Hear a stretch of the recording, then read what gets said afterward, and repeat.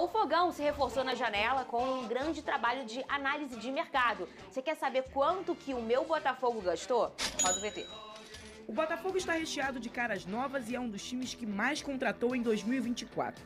E o melhor de tudo é que, mesmo com um alto número de jogadores, o bom planejamento fez com que o clube desembolsasse menos. Isso porque a maioria das contratações foi feita de forma parcelada e faz com que o Alvinegro pague apenas 50 milhões em 2024. O objetivo é de não aumentar dívidas e ter retorno esportivo e financeiro. Um bom exemplo é o caso de Vitinho, estimado em 8 milhões de euros e que será quitado em 4 anos. Thiago Almada e Luiz Henrique tiveram negociações parecidas. O meia argentino custou ao Atalanta 25 milhões de dólares, enquanto o atacante Luiz Henrique um pouco menos, 106,6 milhões. Os demais vieram como parte da observação do Botafogo no mercado. O Alvinegro encerrou a janela de transferência com um total de 8 jogadores integrados ao elenco. E com a aprovação do técnico Arthur Jorge, que espera, além do resultado financeiro bom, grandes expectativas para o final da temporada. O time terá a data FIFA para reunir o novo elenco e aproveitar para que toda essa potência finalize 2024 da melhor forma. Eles gostam. Fizeram esse VT, que é a brigaiada de novo aqui de Fair Play, que teve brigaiada ontem. Até que nem foi, a gente concordou, né? A gente teve a mesma opinião. Mas a gente estava olhando aí um VT, o bom VT da Lucilene Brito, em relação ao reforço aí do Botafogo, Pedrosa, nessa segunda janela, né? Segunda janela que foram 8 jogadores, em que o Botafogo trouxe a melhor janela do Brasil, assim, em números, tá? O Cruzeiro fica em segundo com 7 reforços. Aí, trazendo aqui pro Rio de Janeiro. Ô, Cris, quantos jogadores trouxe o Fluminense? Foram 4 ou 5? O Vasco foram 6. O Flamengo foram 4. O Fluminense trouxe o Nonato, Serna. O Fluminense o Serna, o Flu 7 quase alcançou aí o Botafogo Nonato, empatando. Serna, Fuentes, Thiago Silva, quem mais, Cris? Eu não lembro de Nonato, cabeça, não. Serna, Fuentes, Thiago Silva. O Bernal, Ignácio, falta um. Já vamos lembrar. A gente vai lembrar. Não é o lateral? Esse foi o Fuentes. Então, são 7 empatados com o Cruzeiro, então quase aí um dos melhores times, o Flusão, nessa segunda janela também. E o Fluminense também foi muito bem nessa segunda janela, o Pedrosa. O Fluminense, vamos lá. Inácio, o zagueiro, Vitor Hugo. Era o Vitor Hugo. O Vitor Hugo volante. Já falamos dos outros. Fuentes, Thiago Silva, Serna, Bernal e o Nonato, que falamos todos, faltava só o Vitor Hugo.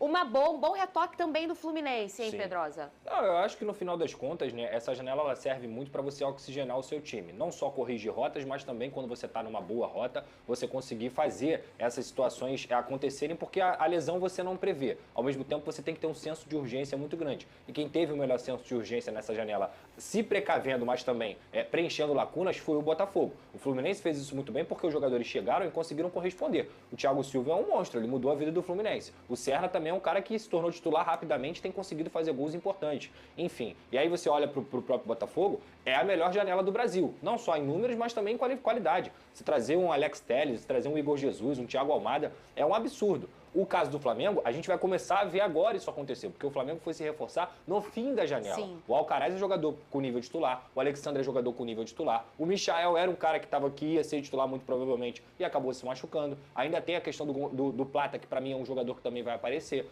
Então, o Flamengo vai começar a ter os resquícios da janela agora. O Botafogo já está tendo desde o início. O Alan também já fez. Desde julho já tinha se programado para essa janela. Então, eu acho que o time mais beneficiado positivamente pelo bom trabalho que a diretoria fez foi o Botafogo. Você pode explicar pro povo, Pedrosa, o que é esse fair play financeiro? Tá. O povo fala tanto disso, mas tem muita gente que não tá entendendo muito bem, Pedrosa. Eu vou resumir aqui, porque isso não é um assunto simples, mas eu vou resumir. Fair play financeiro foi um mecanismo criado pela UEFA lá em 2011 e nesse mecanismo os clubes só poderiam gastar o que eles arrecadam. Eles poderiam passar ali um valor muito mínimo, porém, nesse valor mínimo eles tinham que comprovar que eles tinham a condição de suprir qualquer dívida que eles fizessem. E aí depois outras vertentes foram entrando dentro desse fair play. Mas basicamente é isso. O clube só pode gastar o que ele arrecada. Se ele gastar o que ele não arrecada, isso quer dizer que ele está se endividando. E quando você se endivida, o que acontece? Vou dar um exemplo qualquer aqui.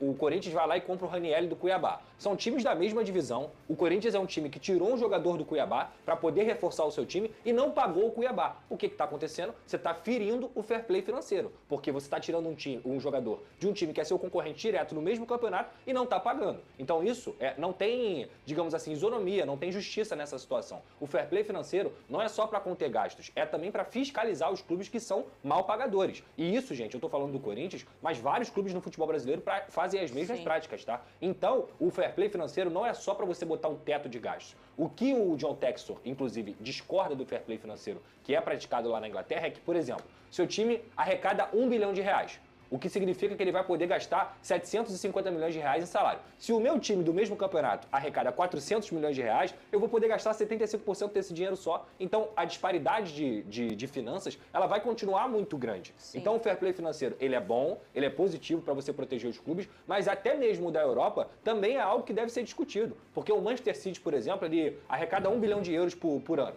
O Crystal Palace do John Textor arrecada 300 milhões de euros. Então eles nunca vão ter a capacidade de igualdade para você tornar o campeonato um pouco mais equilibrado. Isso é a visão do John Textor, tá? Não é a minha visão. É por isso que ele fala que tem que ter uma base salarial estipulada. Sei lá, todos os times podem gastar 500 milhões de euros em salário. Ele pede isso. Então aqui no Brasil há um estudo... É até um pouco lógico, assim, tem sentido, lógico não. Isso. Tem sentido. É para você igualar porque o campeonato. Senão vai sempre um só vencer e o outro nunca vai conseguir alcançar. Só que aí tem muitas vertentes, na organização financeira. Por exemplo, o Flamengo. O Flamengo é um time que vem se organizando há 10 anos, há quase 15 anos dentro do futebol brasileiro. É justo o Flamengo ter um limite de gasto, sendo que ele vem se organizando nos últimos 15 anos. E aí, do nada, vem qualquer bilionário aí, o Bahia. E aí o Bahia... eu tenho 2 bilhões de faturamento, eu vou investir isso aqui e acabou, vou igualar o Flamengo. É uma questão que é também delicada, que tem que ser discutida. Desde 2020, tem um economista, o César Grafietti, ele entregou um documento para a CBF para implantar o fair play financeiro aqui. Em 2020, todo mundo cagou para isso. Então, hoje, quando a gente fala sobre fair play financeiro, claramente é motivado pelo clubismo dos clubes que não querem perder o seu trono dentro do futebol brasileiro. Eu acho que a gente está num momento do futebol brasileiro em que a parte do fair play, em que você tem que fiscalizar quem faz o mal pagador, ela é muito mais latente do que você pegar e botar um caminhão de dinheiro no clube, como se fez no Bahia, como se faz no Botafogo. Todo mundo, e ele acabou de fechar com a contratação internacional do Memphis Depay. Então, assim, é justo isso? Não é justo, gente. Não é justo. Só isso. E você, Vene, o que acha desse fair play todo, de toda essa discussão da galera aí? Eu sou extremamente radical. Eu acho que esse debate tem que acontecer desde já, gente. E pra mim não é por conta do Botafogo que está investindo alto, porque tudo que o John Textor está fazendo está dentro da lei. É um trabalho. As pessoas estão criticando o John Textor, mas, gente, ele não está fazendo nada irregular. A lei permite o que ele está fazendo. Ponto e acabou. O Flamengo sofreu muito com isso também. Em 2019, quando fez altos investimentos, todo mundo falava assim, da onde vem o dinheiro do Flamengo? Gente, o Flamengo é um clube que está se estruturando desde 2013. O meu ponto em relação ao fair play, o Corinthians é um baita exemplo. Gente, o que o Corinthians está fazendo é um tremendo de absurdo. Se põe no lugar do presidente do Cuiabá. O Cuiabá está brigando com o Corinthians para não cair para a Série B. O Corinthians contratou um baita jogador junto ao Cuiabá e está devendo 11 milhões de reais ao Cuiabá. Eu estou citando o Cuiabá porque está ali, ó, no mesmo nível do Corinthians, na parte técnica. Mas o Corinthians deve ao Flamengo a compra do Mateuzinho, mas pagou 500 mil reais ao Flamengo para o Hugo Souza jogar e depois deu uma entrevista dizendo que já tem dinheiro para comprar o Hugo Souza. Por que eu não pego o dinheiro que vai comprar o Hugo Souza e paga os clubes que o Corinthians está devendo? E são vários. É Toluca, da compra do Pedro Raul, é o Flamengo do Mateuzinho, é o Cuiabá do Ranieri, tem vários outros. É o Santos Laguna do México, que já foi à FIFA contra o Corinthians da compra do Félix Torres. O que eles estão fazendo é um tremendo de absurdo, gente. É um absurdo, é feio. É feio. E é justo o Corinthians, por exemplo, não cair para a Série B e o Cuiabá acabar caindo para a Série B? Claro que não é justo. Então é óbvio que o debate do fair play financeiro tem que existir, mas não porque o Botafogo está investindo alto, porque o Palmeiras investe alto ou porque o Flamengo investe alto. Tudo que eles fazem está dentro da lei. Todo clube ali que está fazendo isso está estruturado. Agora, o que o Corinthians está fazendo é um tremendo absurdo. É cara de pau. Inclusive, o presidente dá uma entrevista como ele deu recentemente. E só para finalizar, quando você tem clubes que fazem alto investimento, você tem a oportunidade, por exemplo, de melhorar o nosso produto. O Alexandre preferiu vir para cá do que ficar lá na Europa, o Thiago Almada, o Igor Jesus, ou vários outros que a gente poderia citar aqui. Então, para clubes organizados que investem muito, é ótimo para o futebol brasileiro, porque melhora o nosso produto. As pessoas do mundo inteiro vão querer assistir. Caraca, vai ter um jogo aqui, Memphis Depay contra o Payet do Vasco. Então, Então, isso é muito maneiro de você ver. O ponto é, as regras são necessárias para que esse tipo de situação não aconteça. E a culpa não é do Botafogo. O Botafogo não tem que ser o foco dessa história. Porque o Botafogo é um time que está, desde 2022, montando um time à base de scout e só foi investir alto nessa temporada. E o trabalho que o Botafogo está colhendo hoje foi plantado também lá atrás. Então, assim, quando o Botafogo perdeu o Campeonato Brasileiro em 2023, dezembro, alguém falou assim, vamos implantar fair play financeiro? Ninguém falou isso. Só começou a falar agora. O foco não é o Botafogo. O foco é melhorar o nosso produto. Muito bem, olha só, gente, já vamos falar do Vascão, hein? Ficou bem claro aqui pra vocês a questão do fair play financeiro, né? Muito bem, é muito bom, vocês são muito inteligentes, meninos. Parabéns. Só pra finalizar esse assunto, tem gente que, quando a gente critica o Corinthians, tem torcedor do Corinthians que fala, sabe o quê? A culpa é de quem negocia. Invertendo o Não é culpado. possível. A culpa é da sério. vítima. É isso, exatamente. Põe na tela aqui, daqui